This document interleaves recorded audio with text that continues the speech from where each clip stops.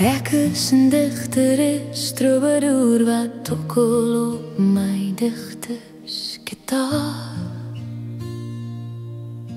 Die mooiste gedigte al langs die paaie van die digtersblad.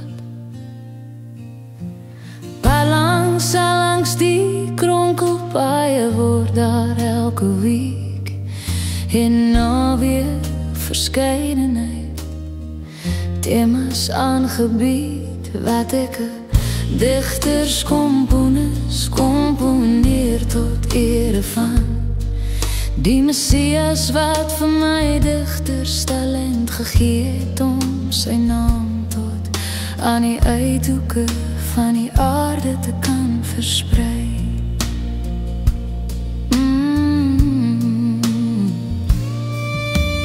Ek is 'n digteres, troubadour wat tokkel op my digtersgitaar.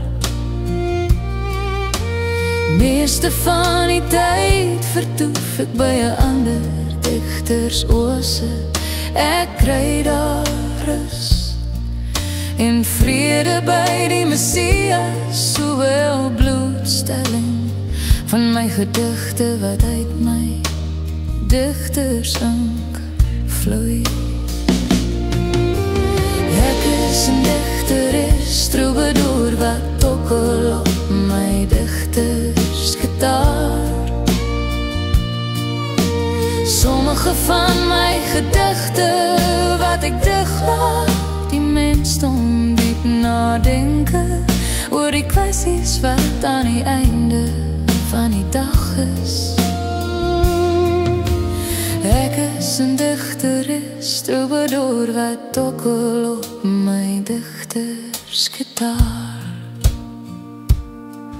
By elke verskeidenheid digterstema waar ek vertoef, kry ek weer 'n digtersbrandstof en spuiting vir my digtersloopbaan, soos wat 'n voertuig brandstof kry by 'n volstasie om aan die gang te kan bly. Ek is 'n digteres, troubadour wat